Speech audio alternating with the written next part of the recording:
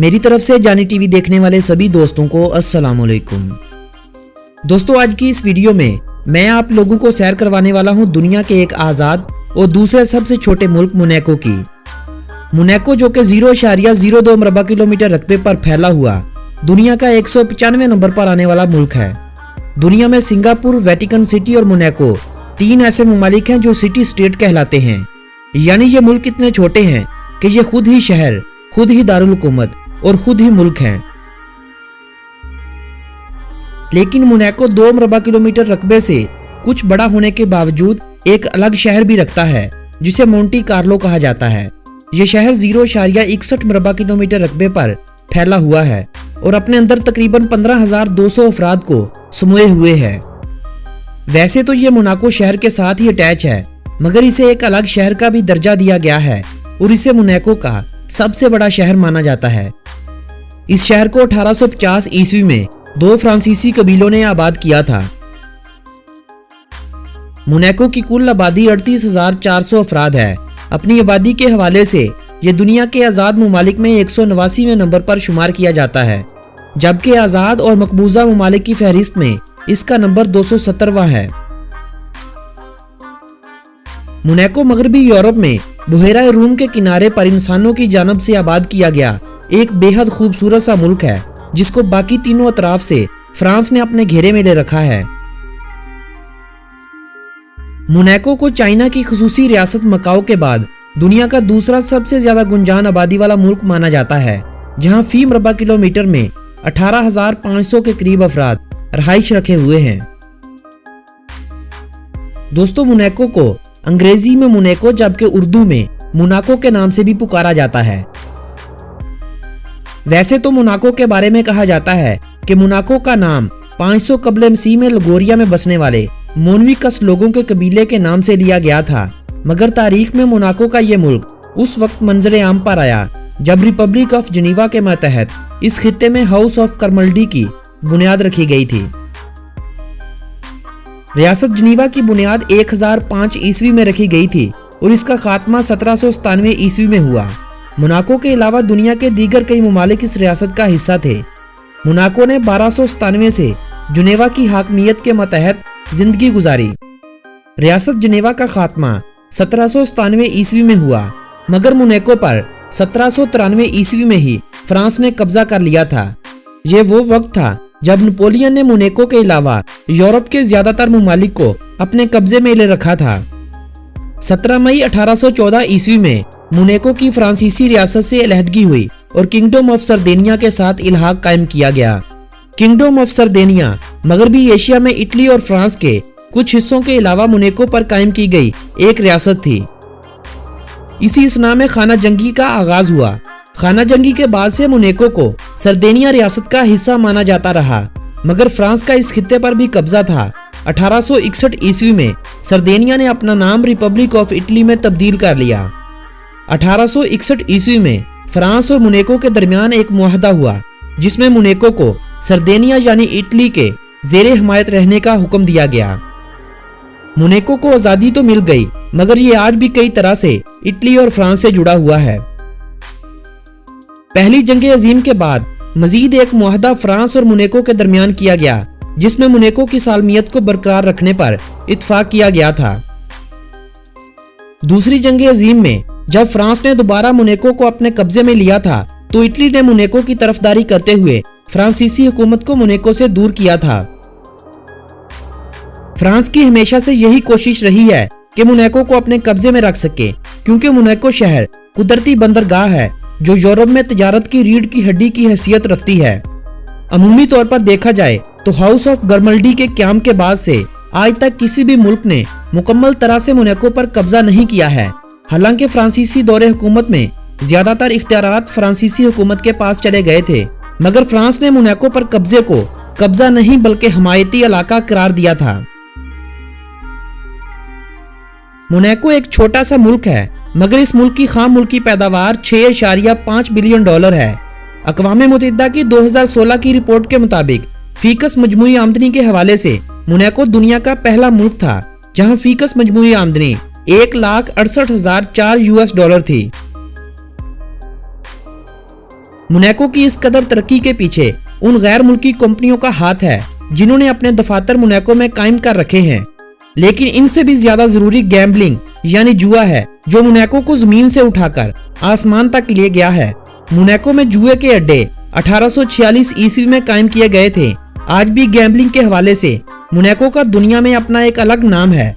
दुनिया के दीगर ममालिक में जहां लोग रात की रंगीनियों में अय्याशियां करते हुए खाली हो जाते हैं, वही मोनाको में रात के अंधेरे में हजारों अफराद लुटते चले जाते हैं और हजारों बनते चले जाते हैं। गैम्बलिंग करवाने वाली कंपनियों को रकम की एक बड़ी मिकदार क़ीमते वक्त को टैक्स देने में निकल जाती है। यही वजह है कि मोनाको के लोग इतने ज्यादा अमीर हैं। लेकिन कसीनो में कोई भी जवारी मोनाको से ताल्लुक रखने वाला पैसा नहीं लगाता, क्योंकि मोनाको हुकूमत नहीं चाहती कि मोनाको का कोई भी शख्स अपना पैसा इस तरह अय्याशियों में बर्बाद करे, बल्कि इनका मकसद गैर मुल्कियों से पैसा खींचना होता है।